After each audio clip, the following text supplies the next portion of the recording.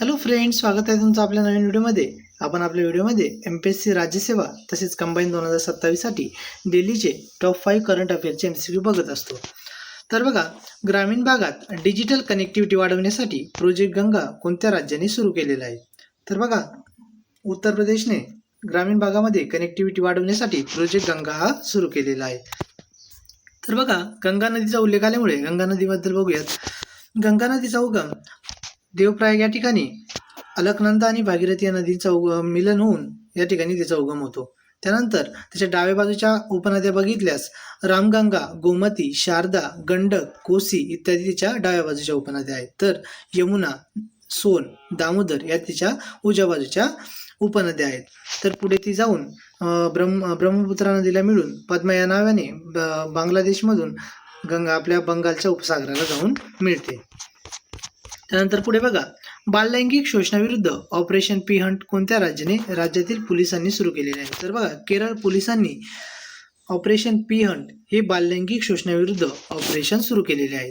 तर बघा, आता बाललैंगिक शोषणाविरुद्ध आपल्या घटनेमध्ये कलम आहेत का?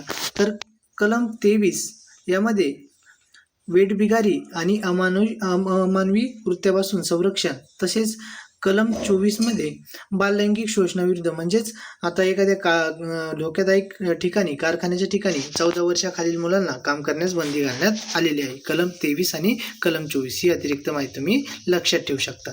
त्यानंतर बघा, कोणत्या देशाने जगातील पहिले कायमस्वरूपी अणुकचरा साठवणूक केंद्र उभारलेले आहे? तर फिनलँड या देशाने जगातील पहिले कायमस्वरूपी अणुकचरा साठवणूक केंद्र उभारलेले आहे.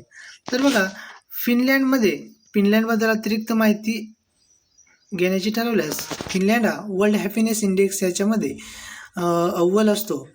त्यासोबतच नाटोचा तो 31वा सदस्य बनला होता. आता नाटोचे 32 सदस्य आहेत. 31वा फिनलँड आणि 32वा स्वीडन. त्यानंतर पुढे बघा, जलस्रोतांच्या पुनरुज्जीवनासाठी कोणत्या राज्याने जलगंगा संवर्धन अभियान सुरू केलेले आहे?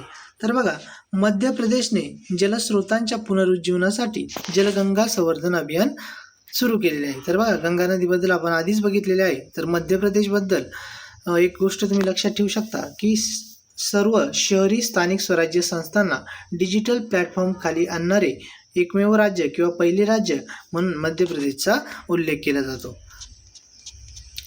त्यानंतर पुढे बघा, पहिल्या जागतिक योगा चॅम्पियनशिप 2026 प्रथमच झाल्या. त्यामध्ये कोणत्या देशाने प्रथम क्रमांक मिळवला? तर बघा, भारताने पहिल्या जागतिक योगा चॅम्पियनशिपमध्ये प्रथम क्रमांक मिळवलेला आहे. तर बघा, आता योगाबद्दल अतिरिक्त माहिती मिळवल्यास आता योगा दिवसाची सुरुवात 2015 झाली होती. आणि योगा दिवस कधी साजरा केला जातो? तर 21 जूनला जागतिक योगा दिवस साजरा केला जातो. आणि भारतानेच हा एक इनिशिएटिव्ह सुरू केले असल्यामुळे आणि भारतामध्ये योगामध्ये जास्त इनिशिएटिव्ह किंवा जास्त संधी उपलब्ध असल्यामुळे भारत यामध्ये प्रथम क्रमांक मिळवलेला आहे. हे तुम्ही लक्षात ठेवू शकता. व्हिडिओ तुम्हाला आवडल्यास व्हिडिओला लाईक करा आणि आपल्या चॅनलला सबस्क्राईब करा.